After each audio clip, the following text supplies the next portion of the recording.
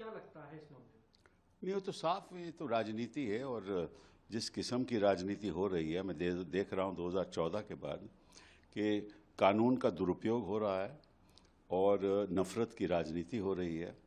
और जो हमारा लोकतंत्र है, अगर ऐसे ही चलता रहे तो लोकतंत्र क्या, केवल एक ढांचा रह जाएगा। लोकतंत्र के जो बुनियाद है वो लोकतंत्र की खत्म हो जाएगी। रूल ऑफ लॉ जिसको हम कहते हैं, डेमोक्रेसी, लोकतंत्र, कहाँ है रूल ऑफ लॉ? अभी इनको चार्जशीट करने का आज के दिन क्यों कर रहे हैं ये सब चार्जशीट? ये मामला तो कितना पुराना है।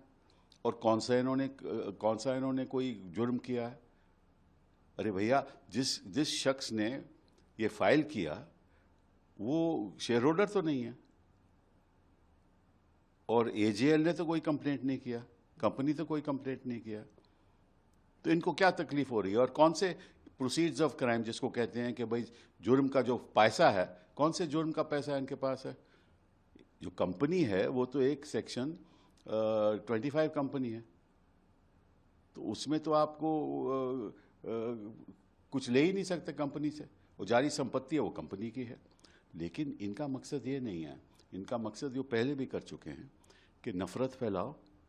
जो भी इस देश में जो विपक्ष के लोग हैं, जो मंत्री हैं, चीफ मिनिस्टर हैं, उनके परिवार के लोग हैं, उनके ऊपर केस करो, दंगे फसाद करो, दंगे फसाद करके फिर लोगों के ऊपर केस करो, एफआईआर लगा के ईडी भेज दो, ईजी किसी प्रदेश में भी चले जाए, एफआईआर करने के बाद वहाँ अरेस्ट शुरू कर दो।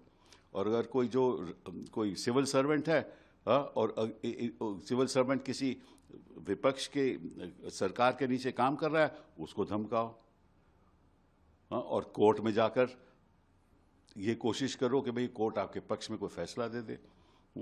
और असलियत तो यह है, अगर कोर्ट देश की जनता के प्रति खड़ी नहीं होगी, उनके जो अधिकार हैं उनके प्रति खड़ी नहीं होगी, ये जो चल रहा है उसके खिलाफ कोर्ट एटलीस्ट लोगों की सुनवाई नहीं करेगी, तब तक कुछ नहीं हो सकता। हो क्या रहा है, मैं आपको एक उदाहरण देता हूं। इन्होंने सारे मदरसे बंद करवा दिए उत्तर प्रदेश में, हालांकि सुप्रीम कोर्ट ने कहा है, स्टे भी किया है, सब उन्होंने बंद करवा दिए। तो ये क्यों कर रहे हैं? ये कभी ये वक्फ की बात करते हैं। देश के सामने कौन से मुद्दे हैं?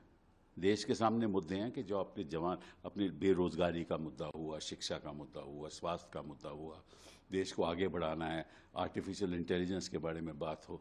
लेकिन इनको केवल ईडी दिखती है।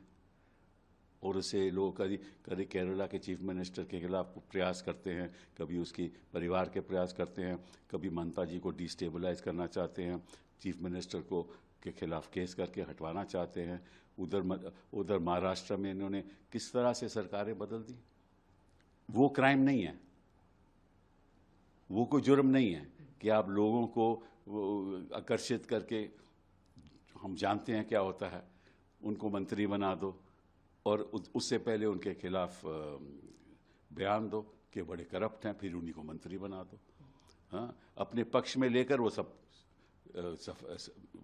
बेदाग हो जाते हैं। तो ये देश के लिए ठीक नहीं है। और मैं आपको सच बात बताता हूं कि ऐसे ही देश चलता रहेगा ना तो कुछ रहेगा नहीं। आज के दिन क्या हो रहा है कि लोग डरे हुए हैं, खासतौर पे जो अल्पसंख्यक लोग हैं वो भय से रह रहे हैं यहाँ, क्योंकि वो मालूम है कि कुछ आवाज़ उठाएंगे तो कुछ ना कुछ हो जाएगा। और जब इनके लोग हिंसा करते हैं तो कोई एफआईआर नहीं होती, और एफआईआर उनके ऊपर होती है जो विक्टिम्स होते हैं, जिनके खिलाफ हिंसा हुई हो, उनके खिलाफ एफआईआर होती है। बच्चे हमारे 5-5 साल से 4-4 साल से जेल में बैठे हुए हैं। तो ये क्या हो रहा है इस देश में? क्या ये मुद्दे हैं देश के सामने? वक्फ का मुद्दा हुआ, और क्या नफरत से ही राजनीति चलेगी? ये जो लोग अपने आप को कहते हैं ना हिंदू, ये हिंदू एक्चुअली इनको हिंदुइज्म का कुछ मालूम ही नहीं। हिंदू क्या है, हिंदू धर्म क्या है, किस आधार पे जो धर्म मानता है उसको कैसे आगे बढ़ना चाहिए, इनको कुछ नहीं मालूम। अगर हिंसा करें और मेजॉरिटी के लोग करें तो कोई फर्क नहीं इनको पड़ता। तो ये तो हो रहा है हमारे देश में। और मुझे ये नहीं समझ आई कि इनको क्या मतलब, क्या प्रॉब्लम है इनको गांधी फैमिली के साथ? इन्होंने सब कुछ तो अपने पक्ष में कर लिया, इलेक्टोरल बॉन्ड में पैसा बटोर लिया, सत्ता भी इनके पक्ष में है, इनके गवर्नर के इनके इशारे पे काम करते हैं, सीईसी भी इनके इशारे पे काम करती है, सब कुछ तो इनके पास है। अब ये लोगों को जेल भी भेजना चाहते हैं, यही दिखाने के लिए कि अगर हमारे खिलाफ कुछ करोगे तो निश्चित रूप से यही आपका परिणाम होगा। सर, आपने तो यूपीए सरकार भी बहुत करीब से देखी है, उस वक्त के जो बीजेपी के बड़े लीडर्स थे उनको भी आपने देखा है। आपको लगता है ये नई तरीके की राजनीति शुरू हुई है पिछले कुछ वर्षों में? जो भाई ये जो गुजरात का जो एक्सपेरिमेंट किया था उसको दोहरा रहे हैं, ये जो वहां कर रहे थे वो यहां कर रहे हैं, यही हो रहा है। ऐसा लगता है कि भाई लोगों के कोई हक ही खत्म हो गए, सब हक खत्म हो गए, कोई लोगों का कोई हक ही नहीं है। इनके कोई जर्नलिस्ट इनके खिलाफ बोलेगा तो उसके खिलाफ शुरू कर देंगे, कोई यूट्यूब पे कोई पॉडकास्ट चलाता है तो उसके खिलाफ शुरू कर देंगे, बच्चे एजिटेट करेंगे, क्रिटिसाइज करेंगे तो उसके खिलाफ कुछ कर देंगे, कोई आवाज़ उठाएगा तो उसके खिलाफ कार्रवाई शुरू कर देंगे। तो किस किस्म की राजनीति है? इसीलिए संविधान बना था हमारा, अंबेडकर जी के यही सपने थे, और ये बात अंबेडकर जी की करते हैं, गांधी जी की करते हैं। उनके आदर्श के सामने को लेकर तो आगे बढ़ते नहीं है। बात करेंगे गांधी जी, काम करेंगे उल्टा, बात करेंगे संविधान की रक्षा की और उसकी धज्जियां उड़ाएंगे। ये इनकी राजनीति है। आज नेशनल हेराल्ड की संपत्तियों को जब्त करने और हमारे नेता आदरणीय सोनिया जी और हम सबके जन नेता आदरणीय राहुल जी को चार्जशीट में उनका नाम लाया गया है। निश्चित तौर से ये उनको परेशान करने के लिए, प्रताड़ित करने के लिए ऐसी कार्रवाई की जा रही है।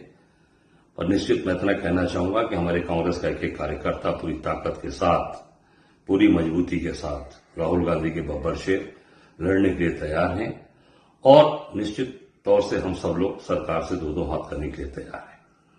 आप सब जानते हैं कि जिस तरीके से हमारे नेता आदरणीय राहुल जी मजबूती से इस सरकार के खिलाफ लड़ रहे हैं, सड़क से लेकर सदन तक, और जैसा आपने देखा भी गुजरात में, जो वहां पर पूरी ताकत के साथ हमारे नेता काम कर रहे हैं कांग्रेस को मजबूत करने के लिए गुजरात में, क्योंकि गुजरात सबसे कमजोर कड़ी है मोदी जी, अमित शाह जी की।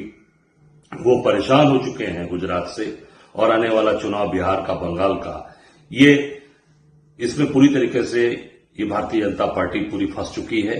केवल उनको रोकने के लिए, परेशान करने के लिए इस तरीके के कार्य किए जा रहे हैं।